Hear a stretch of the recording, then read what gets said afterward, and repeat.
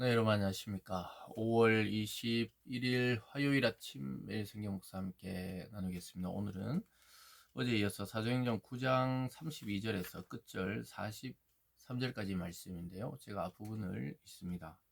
그때 베드로가 사방으로 두루 다니다가 룻다에 사는 성도들에게로 내려갔더니 거기서 에니아라 하는 사람을 만나매 그는 중풍병으로 침상 위에 누운 지 8해라. 베드로가 이르되 에니아야, 예수 그리스도께서 너를 낫게 하시니 일어나 네 자리를 정돈하라 한데 곧 일어나니 룻다와 사론에 사는 사람들이 다 그를 보고 주께로 돌아오니라. 아멘.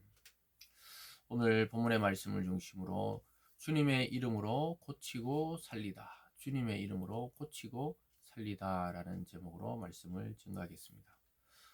우리가 어제까지 사울의 이야기가 한참 진행되다가 잠시 중단되고 이제 베드로 사도의 그 사역에 대해서 지금 사도행전을 기록한 누가가 그 베드로 그 바울의 일들이 일어나고 있는 와중에 베드로의 사역이 어떻게 진행되는지를 이야기하고 있습니다.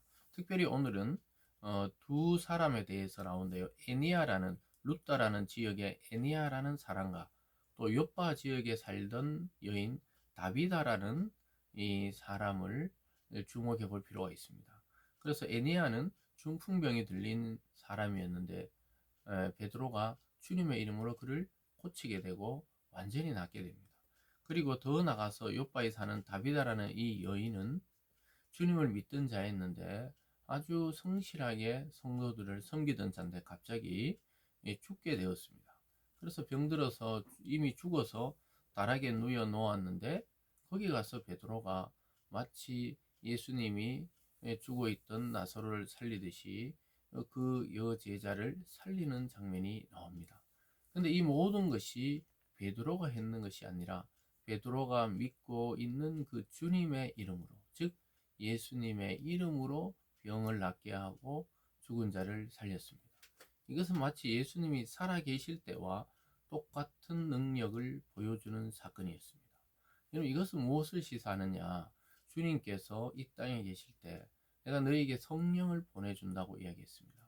그럴 때 주님과 같은 일을 하고 주님보다 더 큰 일도 한다, 이렇게 말씀하셨던 사건이 있었습니다. 그것이 실천되는 장면입니다. 그래서 주님과 같이 제자들도 성령이 오시고 나니까 주님의 이름으로 병든 자를 고치고 죽은 자를 살립니다. 사람들이 봤을 때는 마치 그 베드로가 또는 바울이 또는 제자들이 그 일을 행한 것 같지만 실제로는 하나님께서 믿는 성도들을 통해 성령의 역사를 보여주는 것이죠. 그래서 우리는 이런 걸 볼 때마다 오늘날에는 그럼 어떻게 되는가, 이런 의문을 많이 들죠. 물론 우리 눈앞에서 뭐 이 날 때부터 선천적인 장애를 가진 자가 뭐 일어나거나 또는 낫거나 이런 기적을 우리가 잘 못 볼 수도 있습니다. 그리고 더군다나 죽은 자가 살아났다, 한 번도 본 적이 없을 것입니다. 그러나 이것은 영적으로 육적으로 모두 해당되는 사건입니다. 오늘날에는 이 성령 공동체인 교회 공동체로 이러한 사역이 넘어와 있는 것입니다. 또 그리고 하나는 하나님의 일반 은총인 의학의 발달, 이 세상의 이 의술의 발달도 하나님의 은혜에 의한 발견이라고 해석할 수 있습니다. 그래서 우리가 병이 낫는다거나, 그래서 우리가 교우들 덕에 병든 자가 있거나 수술한 자가 있거나 사고 당한 자가 있으면 기도하는 이유가 우리의 능력이 아닌 하나님의 능력으로 그들을 치유해 달라는 것이죠. 그래요, 우리가 이 생을 마감하고 죽었을 때도 죽음 이후의 삶을 하나님께 맡기고 또 주님 다시 오셨을 때 우리가 영원한 몸으로 부활될 것을 미리미리 보여주는 사건이라고 해석하는 것이 좋겠죠. 그래서 에니야라는 자를 일으키는데 34절에 베드로가 이르되 에니야야, 예수 그리스도께서 너를 낫게 하시니 일어나 내 자리를 정돈하라 한데 곧 일어나니. 이게 중요한 말씀이 뭡니까? 예수 그리스도께서 너를 낫게 한다. 그러니까 일어나서 정돈하라는 것이죠. 참 아주 놀라운 사건이 아닐 수 없습니다. 그래서 베드로는 이 성령이 오시고 나서는 확신이 든 것이죠. 그리고 마음의 성령의 감동을 따라 그렇게 한 겁니다. 자기 생각과 자기 주관으로 그를 보고 일어나라든가 또 치유해 준 것이 아니고 예수 그리스도께서 너를 낫게 하신다. 여러분 이 부분을 꼭 마음에 새기시기 바랍니다. 주님께서 우리의 병도 우리의 마음의 고통도 때로는 우리의 영혼의 문제도 주님이 원하시면 낫게 하실 수 있고 바르게 하실 수 있습니다. 또한 우리가 실제 생활에서 겪게 되는 어려움들, 삶의 어려움, 뭐 또 진로의 어려움, 또는 사업의 어려움들, 또 여러분 인간관계의 어려움들에 대해서 우리가 하나님께 모든 걸 진실되게 기도하고 아랠 때 하나님이 일하시기 시작하고 하나님이 원하시면 그 관계와 모든 것들이 회복될 수 있다는 것을 보여주는 것입니다. 그래서 치유와 그리고 나서 일어나서 정리하고 가라 하는 것이 뭡니까? 치유하고 다시 그 자리에 앉아 있는 것이 아니고 일상생활로 나가라는 것이죠. 자리를 정돈하고 일어나서 가라. 그래서 일상의 회복까지 나가는 것입니다. 그리고 두 번째로 오늘 욥바라는 도시에서 또 기적이 일어나죠. 36절에 보면 욥바에 다비다라는 여제자가 있으니 그의 이름을 번역하면 도로 가라. 선행과 구제한 일이 심히 많더니 그때 병들어 죽음의 시체를 씻어 다락에 누이니라. 아주 선행과 구제의 적극적인 여성도였던 이 다비다라는 사람, 또 도루가라고 이름하기도 하는 이 다비다가 어떤 병에 걸렸는지 몰라도 죽게 되어서 그들이 시체를 씻어서 장례를 치르기 위해 씻어서 누워놓은 상태였는데 베드로가 그 소식을 듣게 됩니다. 38절에 룻다가 요바에서 가까운지라 제자들이 베드로가 거기 있음을 듣고 두 사람을 보내 지체 말고 와달라 간청하여 베드로가 일어나 그들과 함께 가서 이르매 그들이 데리고 다락방에 올라가니 모든 과부가 베드로 곁에 서서 울며 도로가가 그들과 함께 있을 때 지은 속옷과 겉옷을 다 내보이거늘. 그래서 그가 얼마나 이 성도를 잘 섬겼는지 겉옷과 속옷을 다 일일이 손으로 짓고 만들어서 우리에게 이렇게 구제하고 베풀던 이 여인이 돌아가니까 너무 슬퍼서 울고 있었던 것이죠. 그래서 베드로는 또 하나님의 그 성령의 감동에 의해서 사람들을 다 내보내고 하나님께 기도합니다. 40절입니다. 베드로가 사람을 다 내보내고 무릎을 꿇고 기도하고 돌이켜 시체를 향하여 이르되 다비다야 일어나라 하니 그가 눈을 떠 베드로를 보고 일어나 앉은지라. 여기도 보니까 다비다야 일어나라 이렇게 말하고 있습니다. 그리고 무릎 꿇고 기도했습니다. 주님의 이름으로 하나님께 요청한 것이죠. 하나님이 생사복을 축원하시는데 이 여인의 삶을 다시 한번 기회를 주시기를 기도했던 것이죠. 그래서 다시 살아나게 되는 것을 보게 됩니다. 아까 말씀드렸듯이 예수님만 이 나사로나 또 나인성 과부의 아들을 살린 것이 아니라는 것입니다.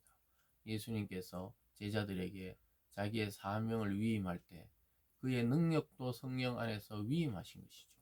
그래서 그것은 어떤 특정한 사람의 능력이 아닌 하나님이 원하시는 자는 살리기까지 한다는 사실을 보여주는 것이죠. 그래서 우리는 이것을 과학적으로 또는 이성적으로 이해하려고 하면 도저히 이해가 되지 않는 문제입니다.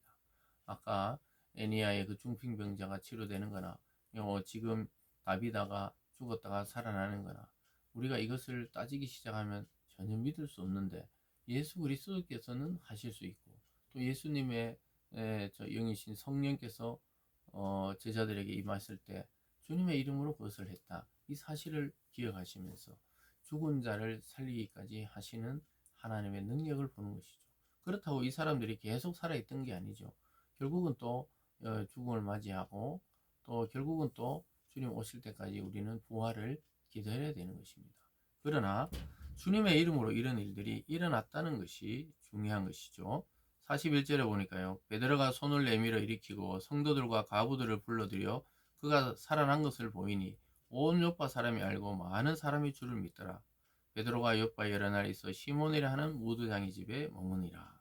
그래서 요파로 거기 루따에 있다가 요파로 옮겨가서 거기서 갖는 김에 많은 사람들을 전도하게 되는 그러한 일들이 일어난 것이. 그래서 그 결과가 뭡니까? 결국 많은 사람이 주님을 믿었다는 거예요. 베드로를 믿거나 어떤 사람을 믿는 것이 아닙니다. 그래서 주님의 이름으로 행했을 때 그 기적의 결과는 주를 믿는 자가 더해졌다는 것이 중요한 것이죠. 육체가 살아난 것도 기적이지만 저와 여러분이 지옥 갈 운명에서 하나님의 자녀로 입양되고 구원받았다는 것이 무엇보다 정말 죽었다가 살아난 것과 같죠. 그런 기적이라는 사실을 기억할 필요가 있겠습니다. 그래서 우리가 복음과 성령으로 이 경계를 뛰어넘고 죽음과 삶을 뛰어넘고 질병과 또 깨끗함을 뛰어넘고 죽음을 넘는 그런 신앙의 공동체가 되어야 하는 것이죠. 그래서 이 복음의 능력, 복음과 성령으로 모든 일을 할 수 있다는 거죠. 그래서 우리가 때로는 심플하게 단순하게 우리가 바라볼 수 있어야 됩니다. 신앙이라는 것은 하나님의 말씀과 성령의 이 감화가 감동, 이 능력으로 우리를 인도하시는 것이죠. 그래서 우리가 이 말씀 붙들고 오늘 또 기도할 때 여러분의 해결되지 않았던 모든 문제가 주님의 이름으로 해결되는 이 아침 되기를 주님의 이름으로 축원합니다. 기도하겠습니다. 사랑의 하나님 아버지, 제자들이 주님의 이름으로 온갖 놀라운 일을 행하고 있는 것을 우리는 보게 됩니다. 병든 자를 치유하고 죽은 자를 살리고 또 믿는 자들이 점점 많아지는 역사를 보게 됩니다. 하나님, 오늘날 교회와 또 우리 자신이 다른 데 눈을 두지 말고 이 사실에 눈을 두고 성령께서 우리와 함께 하실 때 믿는 자를 더하시며 아픈 자를 치유하시며 정말 죽은 영혼을 살리신다는 믿음을 가지고 이 복음을 믿고 전하는 우리들 되게 하여 주시옵소서. 감사드리며 예수님 이름으로 기도드리옵나이다. 아멘.